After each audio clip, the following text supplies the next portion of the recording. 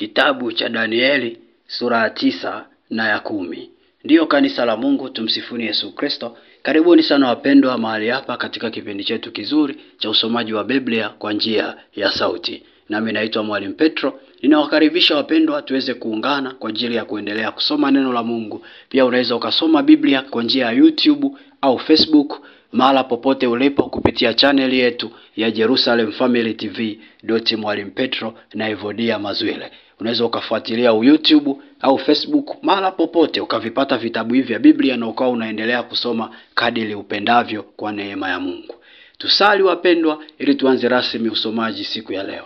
Kwa jina la Baba, la Mwana na Roho Mtakatifu, amen. Baba Mungu, tunakushukuru, tunasema asante kwa ajili ya umuda ambao Bwana unatuwezesha kuweza kusoma neno lako. Tunaomba Roho Mtakatifu tusimamie, ili Bwana tunaposoma tuweze kuelewa na upate kutujenga ndani ya mioyo yetu, ili kwa neno lako Bwana tuweze kutiwa uzima na tuweze kuwa imara katika sifa na utukufu wa jina lako. Tukinge na kila roho zote za yule mwovu. Neema yako Mungu iwe upande wetu, maana Mungu ukiwa upande wetu hakuna aliye juu yetu. Ili Bwana tuendelee kuwa imara katika jina la Baba, Mwana na Roho Mtakatifu, tuseme amen. Karibuni sana wapendwa, tutaendelea na kitabu cha Danieli ile sura ya 9 na ya 10. Mlango wa 9. Katika mwaka wa kwanza wa Dario mwana wa Ahasuero wa uzao wa Wamedi, aliyetawazwa kuwa mfalme juu ya milki ya Wakaldayo, katika mwaka wa kwanza wa kumiliki kwake, mimi Danieli, kwa kuvisoma vitabu nalifahamu hesabu ya miaka ambayo neno la Bwana lilimjia Yeremia nabii na kuutimiza ukiwa wa Yerusalemu, yaani miaka 70. Nikamwelekezea Bwana Mungu uso wangu ili kutaka kwa maombi na dua pamoja na kufunga na kuvaa nguo za magunia na majivu. Nikamwomba Bwana Mungu wangu, nikaungama, nikasema: Ee Bwana Mungu mkuu, mwenye kutisha, ashikaye maagano na rehema kwa wampendao na kuzishika amri zake. Tumefanya dhambi, tumefanya ukaidi, tumetenda maovu, tumeasi, naam, hata kwa kuyaacha maagizo yako na hukumu zako. Wala hatukuwasikiliza watumishi wako manabii, ambao kwa jina lako walisema na wafalme wetu na wakuu wetu na baba zetu na watu wote wa nchi. Ee Bwana, haki ina wewe, lakini kwetu sisi kuna haya ya uso kama hivi leo. Kwa watu wa Yuda na kwa wenyeji wa Yerusalemu na kwa Israeli wote walio karibu na hao walio mbali, katika nchi zote ulikowafukuza kwa sababu ya makosa yao waliokukosa. Ee Bwana, kwetu sisi kuna haya ya uso, kwa wafalme wetu na wakuu wetu na baba zetu, kwa sababu tumekutenda dhambi. Rehema na msamaha ni kwa Bwana Mungu wetu, ingawa tumemwasi. Wala hatukuitii sauti ya Bwana Mungu wetu kwa kwenda katika sheria zake alizoziweka mbele yetu kwa kinywa cha watumishi wake manabii. Naam, Israeli wote wameihalifu sheria yako kwa kugeuka upande, wasiisikilize sauti yako. Basi kwa hiyo laana imemwagwa juu yetu na uwapo ule ulioandikwa katika sheria ya Musa mtumishi wa Mungu, kwa sababu tumemtenda dhambi. Naye ameyathibitisha maneno yake aliyoyanena juu yetu na juu ya waamuzi wetu waliotuamua, kwa kumletea mambo maovu makuu, kwa kumletea mambo maovu makuu. Maana chini ya mbingu zote halikutendeka jambo kama hili lilivyotendeka juu ya Yerusalemu. Kama ilivyoandikwa katika sheria ya Musa, mabaya haya yote yametupata, lakini hata hivyo hatukumwomba Bwana Mungu wetu atupe fadhili zake, ili tugeuke na kuyaacha maovu yetu na kuitambua kweli yake. Basi Bwana ameyavizia mabaya hayo akatuletea. Maana Bwana Mungu wetu ni mwenye haki katika kazi zake zote azitendazo, na sisi hatukuitii sauti yake. Na sasa, Ee Bwana Mungu wetu, uliyewatoa watu wako hawa katika nchi ya Misri kwa mkono hodari, ukajipatia sifa kama ilivyo leo. Tumefanya dhambi, tumetenda maovu.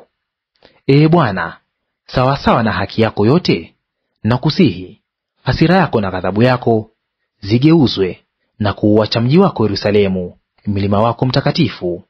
Maana kwa sababu ya dhambi zetu na maovu ya baba zetu, Yerusalemu na watu wako wamepata kulaumiwa na watu wote wanaotuzunguka. Basi sasa, Ee Mungu wetu, yasikilize maombi ya mtumishi wako na dua zake, ukaangazishe uso wako juu ya patakatifu pako palipo ukiwa, kwa ajili ya Bwana. Ee Mungu wetu, tega sikio lako ukasikie, fumbua macho yako ukautazame ukiwa wetu, na mji ule ulioitwa kwa jina lako. Maana hatukutolei maombi yetu kwa sababu ya haki yetu, lakini kwa sababu ya rehema zako nyingi. Ee Bwana, usikie. Ee Bwana, usamehe. Ee Bwana, usikilize, ukatende, usikawie. Kwa ajili yako wewe, Ee Mungu wangu, kwa sababu ya mji wako na watu wako wanaoitwa kwa jina lako. Basi hapo nilipokuwa nikisema na kuomba na kuiungama dhambi yangu na dhambi ya watu wangu Israeli, na kuomba dua yangu mbele za Bwana Mungu wangu kwa ajili ya mlima mtakatifu wa Mungu wangu, naam, nilipokuwa nikinena katika kuomba, mtu yule Gabrieli niliyemwona katika njozi hapo kwanza, akirushwa upesi, alinigusa panapo wakati wa dhabihu ya jioni. Akaniagiza, akaongea nami, akasema, Ee Danieli, nimetokea sasa, ili nikupe akili upate kufahamu. Mwanzo wa maombi yako ilitolewa amri, nami nimekuja kukupasha habari, maana wewe unapendwa sana. Basi itafakari habari hii na kuyafahamu maono haya. Muda wa majuma 70 umeamriwa juu ya watu wako na juu ya mji wako mtakatifu, ili kukomesha makosa na kuishiliza dhambi na kufanya upatanisho kwa ajili ya uovu, na kuleta haki ya milele, na kutia muhuri maono ya unabii, na kumtia mafuta yeye aliye mtakatifu. Basi ujue na kufahamu ya kuwa tangu kuweka amri ya kutengeneza na kuujenga upya Yerusalemu hata zamani zake Masihi aliye mkuu, kutakuwa na majuma 7, na katika majuma 62 utajengwa tena, pamoja na njia kuu zake na handaki, naam, katika nyakati za taabu. Na baada ya yale majuma 62 Masihi atakatiliwa mbali, naye atakuwa hana kitu. Na watu wa mkuu atakayekuja watauangamiza mji na patakatifu, na mwisho wake utakuwa pamoja na gharika. Na hata mwisho ule vita vitakuwapo, ukiwa umekwisha kukusudiwa. Naye atafanya agano thabiti na watu wengi kwa muda wa juma 1, na kwa nusu ya juma hiyo ataikomesha sadaka na dhabihu. Na mahali pake litasimama chukizo la uharibifu, na hivyo hata ukomo na ghadhabu iliyokusudiwa imemwagwa juu yake mwenye kuharibu. Mlango wa 10. Katika mwaka wa 3 wa Koreshi mfalme wa Uajemi, Danieli ambaye jina lake aliitwa Belteshaza alifunuliwa neno, na neno lile lilikuwa kweli, maana ni vita vikubwa, naye akalifahamu neno lile, akaelewa na maono hayo. Katika siku zile mimi Danieli nalikuwa nikiomboleza muda wa majuma 3 kamili. Sikula chakula kitamu, wala nyama, wala divai haikuingia kinywani mwangu, wala sikujipaka mafuta kabisa, hata majuma 3 kamili yalipotimia. Na siku ya 24 ya mwezi wa kwanza, nilipokuwa kando ya ule mto mkubwa Hidekeli, naliinua macho yangu nikatazama, na kumbe mtu aliyevikwa nguo za kitani, viuno vyake vimefungwa dhahabu safi ya ufazi. Mwili wake pia ulikuwa kama zabarajadi safi, na uso wake mfano wa umeme, na macho yake kama taa za moto, na mikono yake na miguu yake rangi yake kama shaba iliyosuguliwa sana, na sauti ya maneno yake kama sauti ya umati wa watu. Nami Danieli nikaona maono haya peke yangu, maana wale watu waliokuwa pamoja nami hawakuyaona maono haya, lakini tetemeko kuu liliwashika, hata wakakimbia ili kujificha. Basi nikaachwa peke yangu, nikaona maono haya makubwa, wala hazikubaki nguvu ndani yangu, maana uzuri wangu uligeuzwa ndani yangu kwa uharibifu, wala sikusaziwa nguvu. Walakini naliisikia sauti ya maneno yake, nami nilipoisikia sauti ya maneno yake, ndipo nikashikwa na usingizi mzito, na uso wangu umeielekea nchi.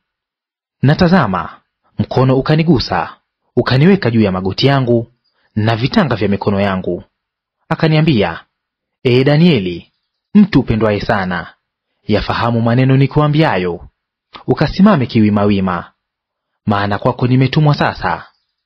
Na aliponiambia neno hili, nalisimama nikitetemeka.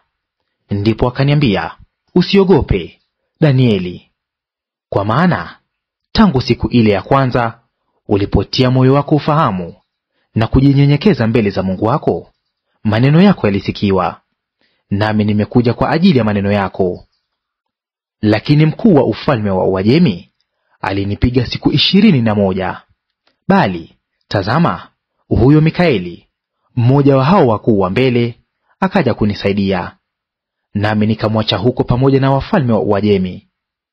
Sasa nimekuja kukufahamisha mambo yatakayowapata watu wako katika siku za mwisho, maana maono hayo ni ya siku nyingi bado. Na alipokwisha kusema nami maneno hayo, nikauelekeza uso wangu chini, nikawa bubu.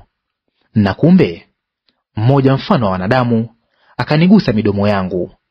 Ndipo nikafumbua kinywa changu, nikanena, nikamwambia yeye aliyesimama karibu nami, Ee Bwana wangu, kwa sababu ya maono haya huzuni zangu zimenipata tena, hata sikusaziwa nguvu. Maana mtumishi wa bwana wangu huyu atawezaje kusema na bwana wangu huyu? Kwa maana kwangu mimi mara hazikusalia nguvu ndani yangu, wala pumzi haikusalia ndani yangu.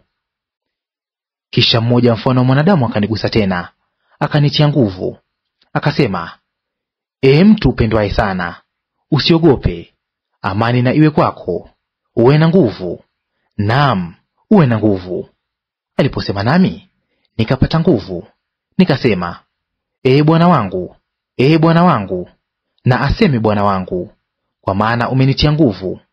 Ndipo akasema, Je, unajua sababu hata nikakujia? Na sasa nitarudi ili nipigane na mkuu wa Uajemi. Nami nitakapotoka huku, tazama, mkuu wa Uyunani atakuja. Lakini nitakuambia yaliyoandikwa katika maandiko ya kweli, wala hapana anisaidiaye juu ya hao ila huyu Mikaeli, mkuu wenu.